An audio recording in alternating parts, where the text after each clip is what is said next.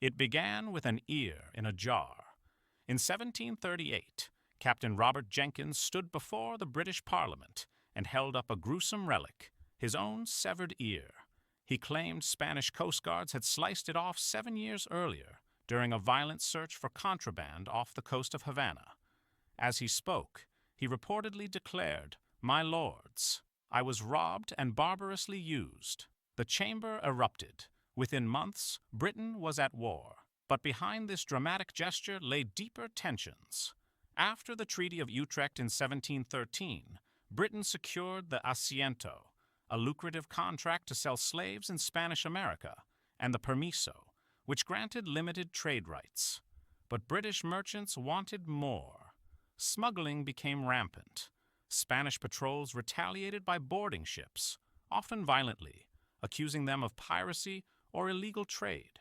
When Jenkins' brig, the Rebecca, was boarded on April 9, 1731, near Havana, Spanish officers allegedly tied him to a mast and sliced off his ear, threatening to do the same to King George if he dared cross them again. Jenkins preserved the ear and waited. For 7 years, his case gathered dust until politics intervened. By 1738, Prime Minister Robert Walpole was under mounting pressure from the opposition. The Tories, eager to challenge his policy of appeasement towards Spain, seized on Jenkins's story. It was perfect, simple, shocking, and symbolic. They summoned Jenkins to testify. The tale of a mutilated British captain struck a nerve. The press fanned the flames. War fever swept the nation. On October 22, 1739, Britain formally declared war on Spain. The public rejoiced. Patriotic songs praised vengeance. One such triumph came almost immediately. In November, Admiral Vernon led a surprise attack on the Spanish port of Portobelo, capturing it in just 2 days. Paintings and ballads turned Vernon into a national hero. Even George Washington's older brother would later name his Virginia estate Mount Vernon in his honor. But the war's early glory soon faded. In 1741, Britain launched a massive expedition against Cartagena de Indias, a fortified city on the Caribbean coast of present-day Colombia. It was a disaster. More than 180 ships and over 27,000 men took part. But Spanish resistance, tropical storms, and a brutal outbreak of yellow fever decimated the British force. Thousands died. The city held.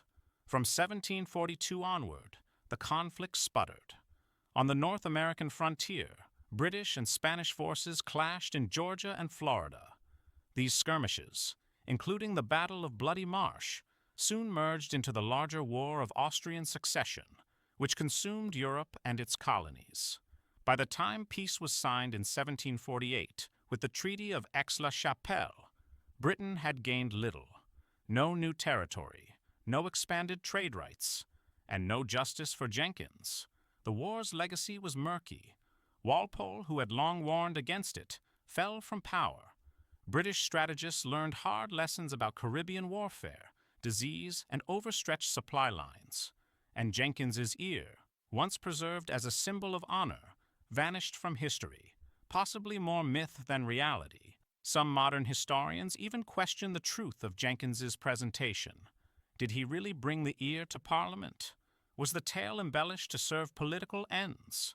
According to a 2013 article in Medical Humanities, the ear became a visceral shorthand for Imperial outrage, but the facts remain elusive.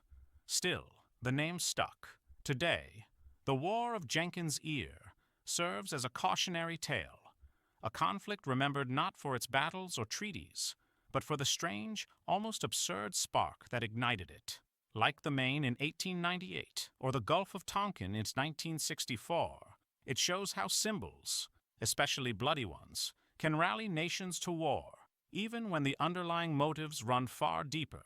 9 years of war, thousands dead, and at its heart, one severed ear, floating between myth and memory. If you liked what you watched, please like and subscribe. We post interesting and crazy stories from throughout history every Wednesday and Saturday. Yesterday's craziness, because yesterday was crazy too.